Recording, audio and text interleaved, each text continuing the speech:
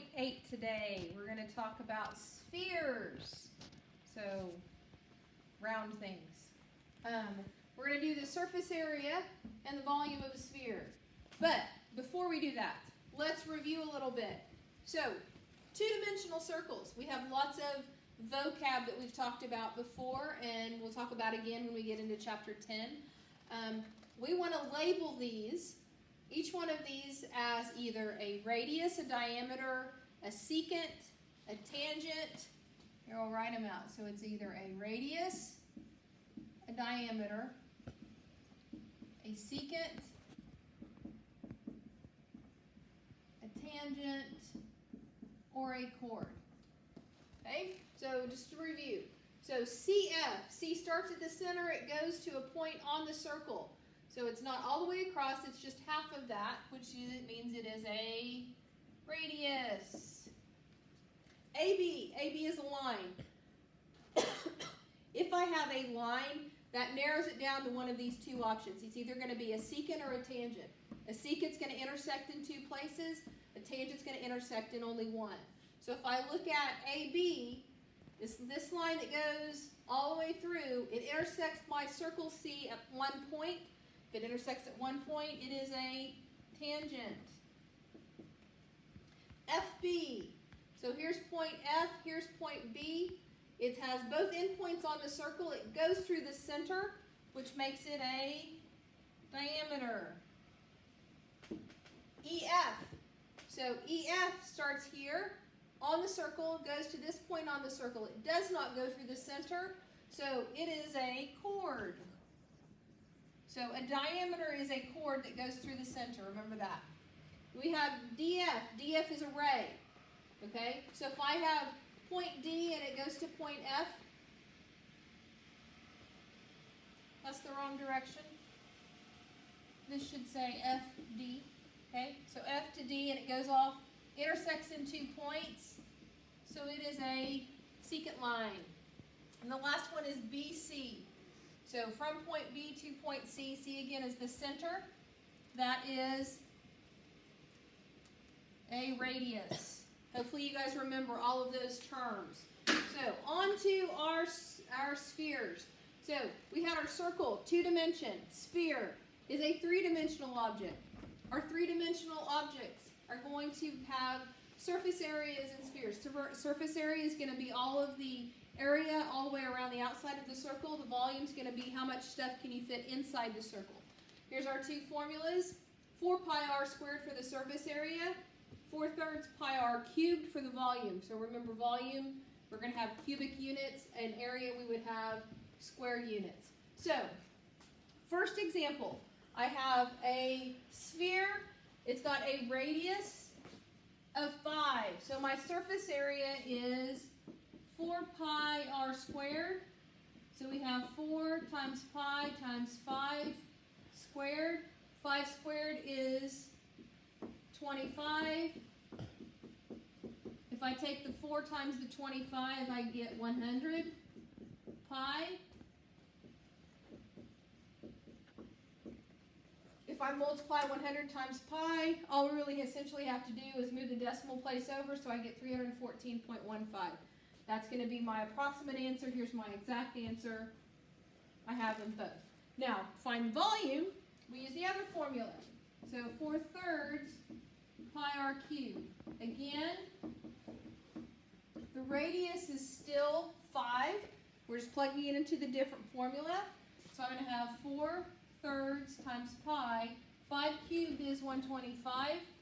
So we multiply numerators, we multiply denominators. 4 times 125 is 600 times pi over 3. I will double check that.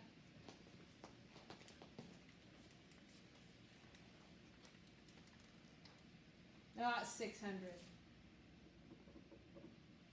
500.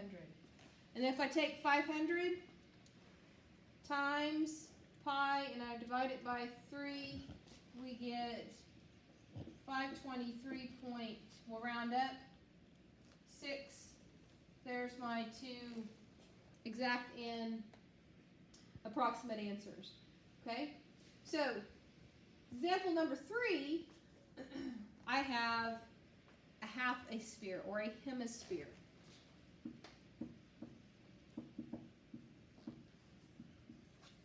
So if I'm finding the surface area of that, I'm going to take the 4 pi r squared, but if I only want half of it, I would divide it by 2. That's going to give me the dome part of it. But the bottom shape is a circle. So I have to add a circle, area of a circle to that to find the whole surface area of that hemisphere. So this is the diameter. My radius is going to be half of that, which is 1. So 4 over 2 is 2. 2 pi r squared plus pi r squared is going to give me a formula of 3 pi r squared. And if my r is 1, 1 squared is 1, 1 times 3 is 3. So the surface area would be 3 pi. And then again, if I take 3 times pi, it is 9.42. Okay, we could do exactly the same thing with the volume. We would just divide our answer by 2. Now, the last two, we're going to do some word problems. We're given the surface area of 144 pi. We want to find the diameter. Now, our surface area formula does not have a diameter in the formula. It has a radius. So once we find our r value, we're going to have to multiply it by 2 to give us our diameter. So I'm going to take 144 pi equals 4 pi r squared. To get r by itself, we have to divide by 4 pi. So the pi's will cancel. If I take 144 and divide that by 4, we get 36. 36 equals r squared. To get rid of something that is squared, we square root it. And the square root of 36 is 6. So we get 6 is equal to r. To find the diameter, I just multiply the radius by 2. So my diameter is going to be 12. Okay, last one. On this last one, we're given the surface area, but I want to find the volume. So we're going to have to go backwards just like we did in this example. We'll find the radius. Once we know the radius, then we can plug it into our volume formula to find the volume of that circle. So start with our surface area. 256 pi is equal to 4 pi r squared. We do the same thing we did on the above example. Divide it by 4 pi. Pi's will cancel. If I take 256 and divide it by 4, we get 64 equals r squared. And so square root it, I have a radius of 8. Now I want to find the volume. So volume is equal to 4/3 times pi r cubed. So we get 4/3 times pi times 8 cubed. So if I take 8 to the 3rd power, it's 512.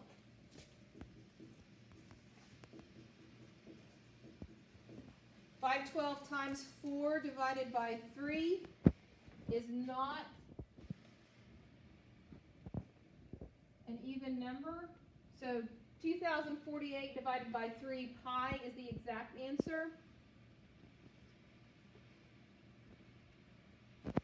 If I multiply that out, I get an approximate answer of 2144.66.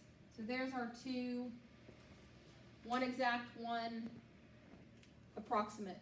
So there we have surface area of spheres and volume of spheres. Fairly easy formulas to use. Just make sure you use your calculator and pay attention to what Clever's asking you on for the exact or the approximate.